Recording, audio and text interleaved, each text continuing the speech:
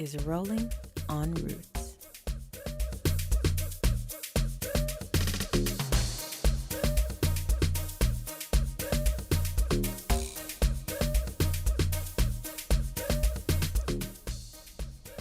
Hello, and welcome to Rolling on Roots.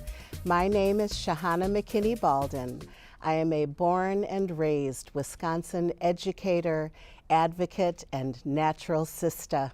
This means that I'm an African-American woman who does not use chemicals on my hair. I'm your host for today's student workshop show covering texturism, also referred to as hair-based discrimination against textured hair and protective styles. This is a type of discrimination that disproportionately affects Black women. We're here with some incredible guests to talk a little bit about our experiences, as well as the Crown Act proposed here in Wisconsin by one of our guests today, Representative Dr. Lakeisha Myers. We also have Congresswoman Gwen Moore joining us in the studio. Thank you both so much for being here today. Thank you for having us. Representative Myers, could you tell us in one sentence, what is the Crown Act? The Crown Act is legislation that means creating a respectful and open world for natural hair. It is allowing us to be ourselves, wearing our hair as it grows from our scalps. That's as it. simple as that. Yes, ma'am. And Congresswoman, you've talked a little bit about the need for the Crown Act. In a sentence, could you talk a bit about the complaints that you would get back in the day from Black women in the United States military who faced discrimination because of their hair? In fact, the United States military changed their policy because it just, on a practical basis, while it's wonderful to be able to do anything you want with your hair, on a practical basis, I visited Baghdad, which on any given day in the summertime, it's 104, 110 degrees. These women complained when I went to Baghdad that they weren't allowed to wear afros, they weren't allowed to twist it, braid it, lock it. They couldn't put it in the protective hairstyles. And I'm sure that their only option was to either get up and try to figure out how to straighten it every day for it to last 10 minutes in the hot sun, and they or to shave it off. And they faced actual policies that prohibited them from wearing their natural hair, as you said, Representative, as it grows from our scalps. We're going to talk more about protective styles later in the show. Would you also talk a little bit now about, in the political field, in your roles, have you had any experiences with discrimination because of your hair, or feeling negative judgment, racist judgment about Black women's hair? Representative Myers. Indirectly, yes. I think there is a standard that exists for most industries. I'm sure Representative Moore can talk about this as well. When you look at television news, when you look at individuals who work in front-facing industries, there is always what is neat, what is the company standard, what is our grooming policy. And these sort of race-neutral policies often disregard African-American or Afro-Latina hair. Which is not race neutral at all. Absolutely, not at all, it? no. And Congresswoman Moore, can you talk a little bit about your own journey as an elected official with your hair? Well, this was so apropos because I talked earlier about just the practical need to be able to wear your hair, as you said, as it grows out of your head. When I was campaigning in 2004, I had a plethora of photos of myself with my straight hairdo. I had some length to it. I'd go every 2 weeks to get it done, had it broken down with chemicals. And so when I was campaigning 20 hours a day, it was just almost impossible for it to be well groomed, for me to have the time to take out to do it.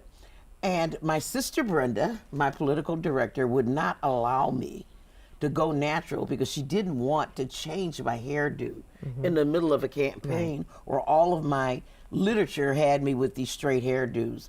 It was really miserable. I feel like my hair spoke to me. And as soon as I took office in 2005, 2006, I happened to be watching Don Imus. Don Imus, the infamous DJ who made a racist comment about our championship basketball players. Those girls, the University of Connecticut, I believe it was, he called them nappy-headed blank blank. And it was that day that I sought out a loctician in solidarity with them, but more importantly, to get myself a practical hairdo that, given my frantic and frenetic schedule, could accommodate the fact that I needed to be able to get in the shower and take a shower and run out, get on an airplane, leave my house at 6 a.m. And since then, I haven't had a bad hair day since. No, you have not. The culture of hairstyling in Milwaukee is a social and continuous one, like any other culture in America. The black hair care industry is valued at approximately $9.6 billion globally, as money is spent 9 times more by women of African descent on hair care products than any other group of women. Let's take a look at Milwaukee's hair care scene. Hair is an essential feature to African and African American people and in the communities they live in, where the proximity of beauty supply stores are closer than ever before, in the neighborhoods serving them most. Wisconsin contributes to the black hair care market like all states where communities of people of color reside, funding the approximately $9.6 billion industry as they make it through their lives with various routines, styles, and products. It takes trial and error and learning about your hair's uniqueness to craft your own routines. This is Bobby B., a licensed cosmetologist in Milwaukee, one of many styling the roots of the city. Protective styles can make or break your hair because it's the consistency and the idea of like kind of leaving your hair alone when it comes to protective. That is the idea of what a protective style is. I guess I can explain that. Is putting your hair in a position or a state in which you don't have to do too much manipulation. Whether that be braids, that can be twists, that can be even molded styles, such as like quick weaves, that can be a protective style because you're putting your hair away. When you put it away, in a sense, it's not freestanding, such as, you know, a silk press. Even a curl definition can be considered a protective style because your hair is being put in a state in which you don't have to manipulate it any further. And that's its best option, especially when it comes to texturized hair. When texturized hair is manipulated too frequently, it can allow the hair to basically become weak and snap off, and you can have yourself finding more breakage and length retention. It becomes no easier when the demands of timeliness from school and work are added to the equation. It is less of a hassle for Black women to wake with their hair styled than to spend 10 minutes to an hour on their hair in the morning. Woo! Being a student athlete and having to miss hair appointments because you have a game, that was a different type of heartbreak. As I got older, I discovered Pinterest. And Pinterest had like a lot of natural hairstyles for Black women. So I was like, okay. But my mistake was I was following people that had like type 3 curls or like 3A. And I'm like, why isn't my hair turning out like that? Like, I'm doing all the steps required. I do not understand it whatsoever. The natural hair experience doesn't just end at the beauty supply store. The atmosphere of salons and home-based hairstyling is a warm and safe one with bursts of conversation, laughter, and unity. When in the shop, there is this sense of freedom, there's a sense of confidants. They call us unlicensed therapists because when you come in, you really truly get to let your hair down, not only physically, but figuratively, where you kind of just release kind of all your stressors and you can be a little more frank when you're around your stylist. This is supposed to be a safe space, and you are supposed to be open enough to just express yourself how you feel. Black hair is not only special because of the expression of identity and culture, but also because we are human who deserve rights and opportunities, just as every human. There are historic connections attached to our own roots, and the Crown Act protects the roots of our present and future of natural hair and protective styling.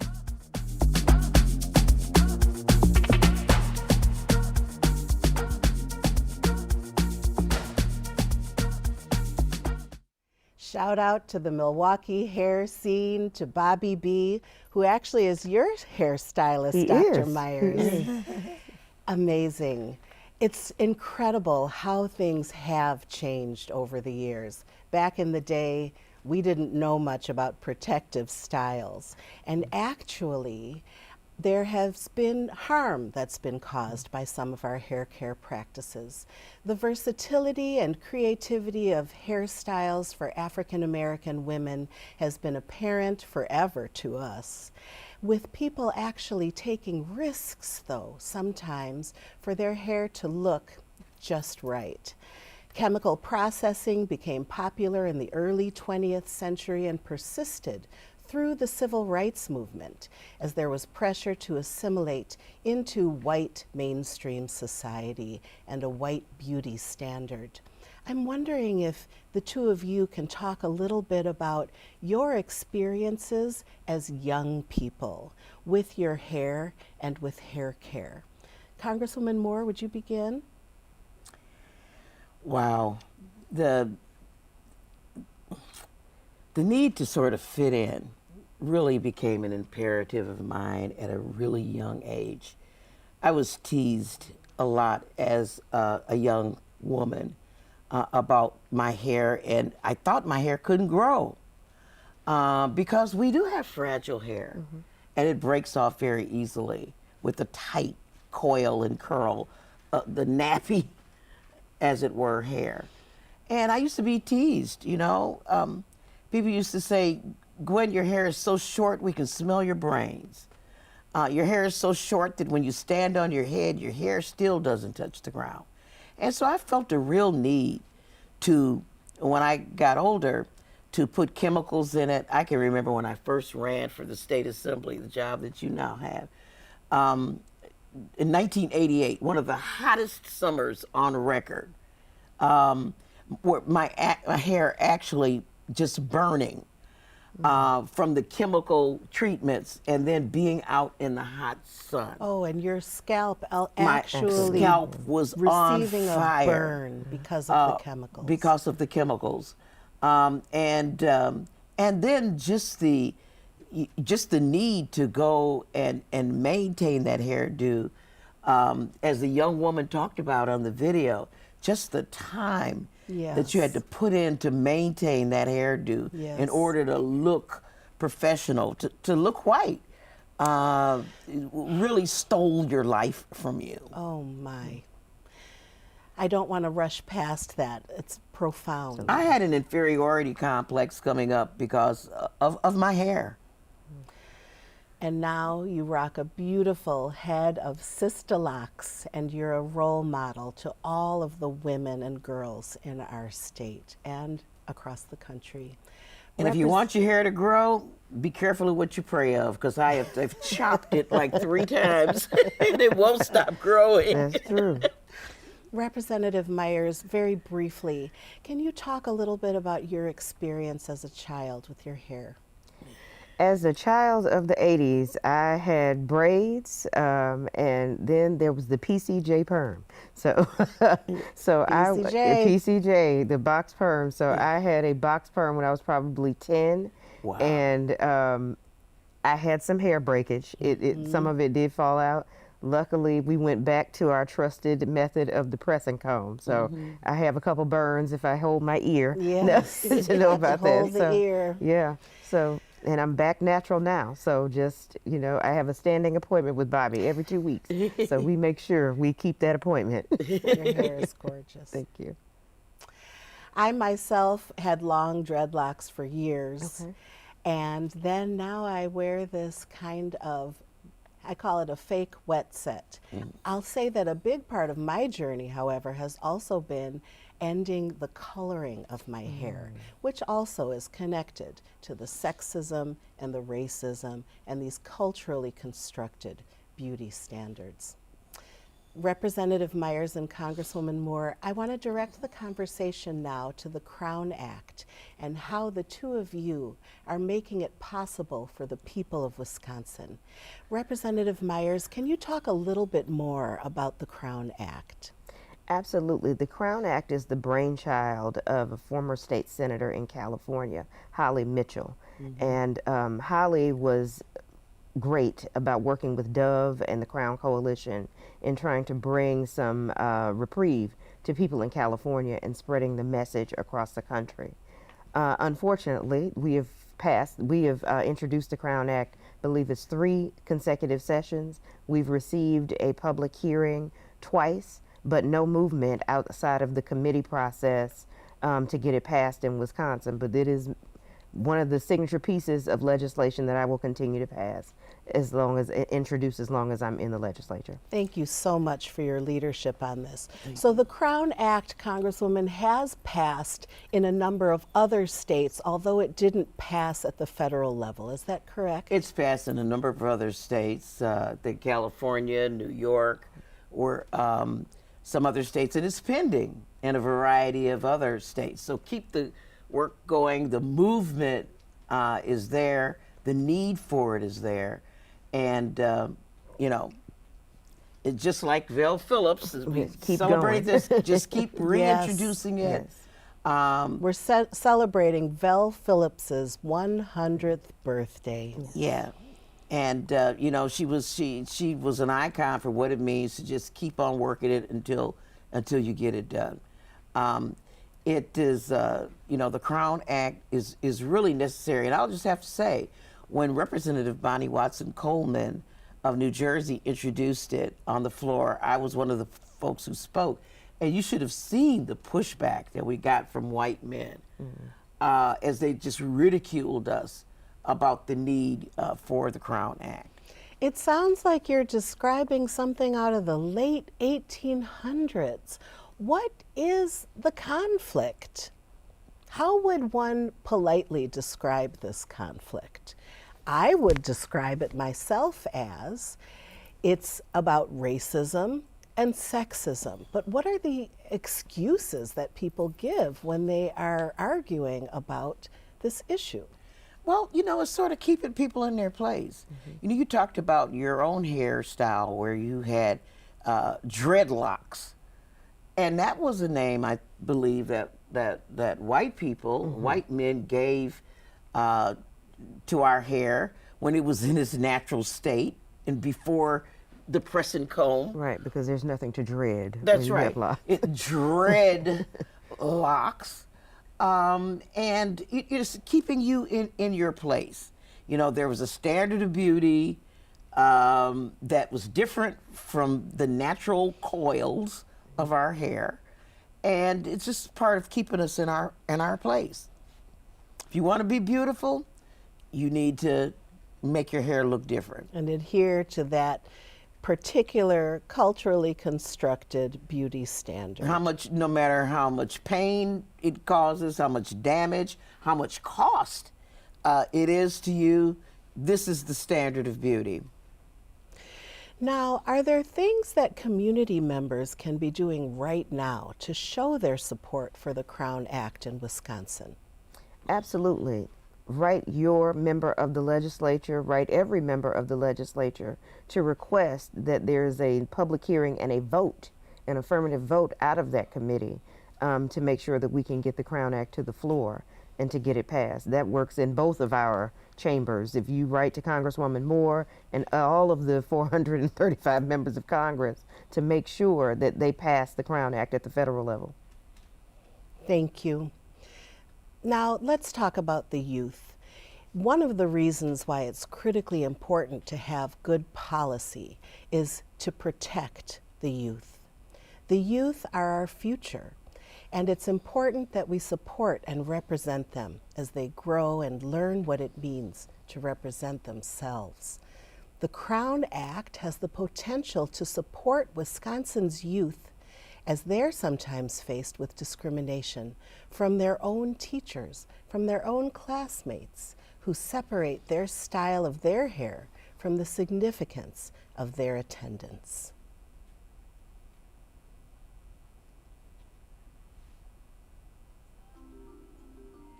Bubbles, beads, barrettes, bows, and bumped ends are some of the things that make up the childhoods of little black girls. From youth is where we gather our first experiences of hairstyling.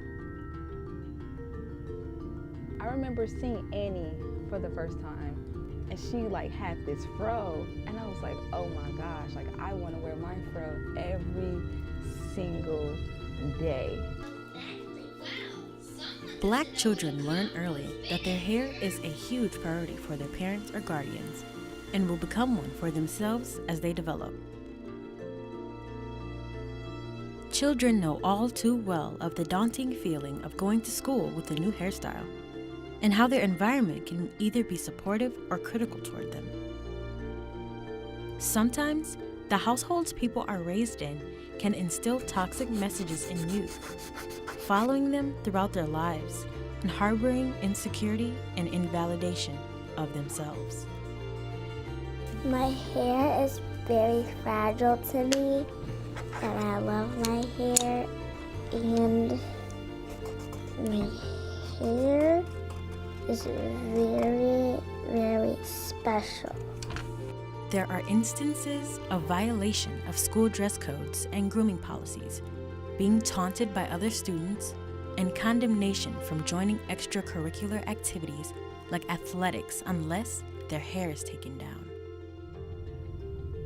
Going to a private school, you couldn't have your hair a certain way.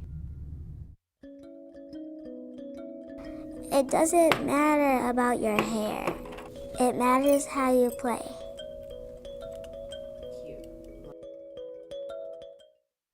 That was so beautiful. I'd like to talk about our dreams for the next generation. I'm a parent of a daughter who has big, beautiful hair. She's also a student athlete, like one of the young people who we heard from in the video. Can you talk a little bit, Congresswoman Moore, about being a mother, a grandmother, and a great-grandmother? What are your hopes for the next generation? You know, as a mother, grandmother, and great-grandmother, I have seen this sort of colorism and good hair conversation crop up in my family. And I was very strident about striking it down immediately when I saw it happening. And I think it's really important for our school system, and you work in the school system as well, to be able to accommodate kids where they are and what their hair looks like. I don't agree with forcing a young man who loves his locks to be forced to cut them off because he's in a wrestling match. I mean, we can always put hair ties in it, or if you work in a restaurant, you can put a hairnet on in order to serve food. Why do we always have to accommodate whiteness in order to work, in order to go to school? And we ought to be able to teach our children that, you wear the hairstyle that best suits you, fits your timeline. Because, I see a lot of white women who have long, gorgeous, silky hair, and they chop it off because it's just too much trouble. They want to wear it short, or they'll grab it and put it in the ponytail. We should have the same flexibility. And we shouldn't have policies, racist policies, That's that right. create barriers for the children. Right. This story about the young man in the wrestling match is just one of many. Representative Dr. Myers, the last word, what are your hopes for the next generation? Equity across the board. That is it. That is all. Simple. Simple, a simple Absolutely. idea, Yes. and a great challenge to get there, to Absolutely. complete equity in our communities. I'd like to thank you, Representative Dr. Myers and Congresswoman Moore, for joining us in this conversation today, and thank you all for watching. I'm Shahana McKinney-Baldwin, and this has been Rolling on Roots. Mohair.